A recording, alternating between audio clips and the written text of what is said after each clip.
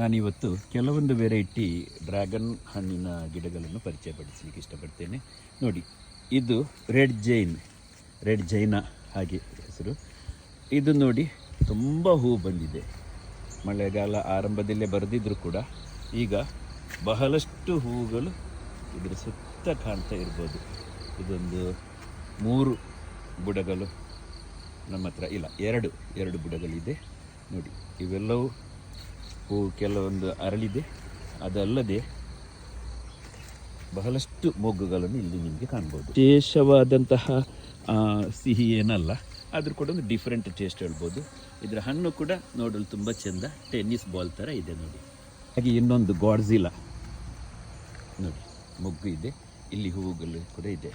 ಇದಕ್ಕೆ ಬಹುಶಃ cross pollination ಬೇಕು ಅಂತ ಕಾಣ್ತದೆ.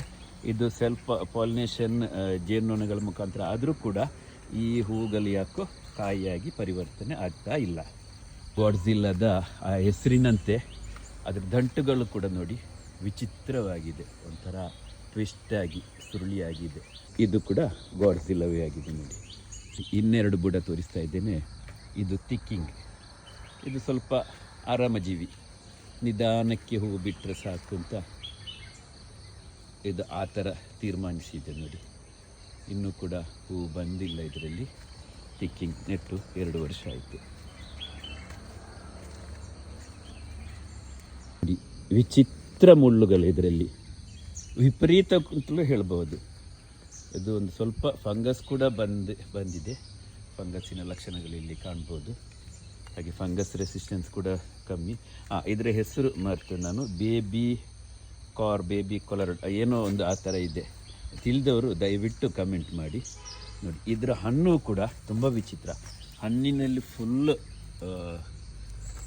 ನೋಡಿ ಮುಳ್ಳುಗಳನ್ನು ಕಾಣ್ಬೋದು ನಿಮಗೆ.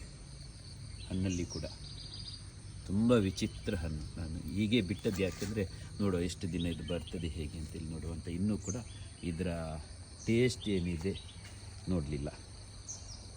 ಇದು IS ಯೆಲ್ಲೋ, ಇಸ್ರೇಲ್ ಯೆಲ್ಲೋ ಅಂತ ಹೇಳ್ತಾರೆ ನೋಡಿ. ಇಲ್ಲಿ ಮೊಗ್ಗು ಬಂದಿದೆ. ಮೊಗ್ಗೆ ಒಂದು ಯೆಲ್ಲೋಯಿಶ್, ಏನು ಕೆಂಪಗಿನ ಬಣ್ಣ ಇದರಲ್ಲಿ ಕಾಣ್ತಾ ಇಲ್ಲ ಮೊಗ್ಗಿನಲ್ಲೇ. ಮತ್ತು ನಿಮಗೆ ನೋಡಲು ಹಾಗೆ ನೋಡಿ, ಇದು ಕಾಯಿ, ಇದು ಹಣ್ಣು.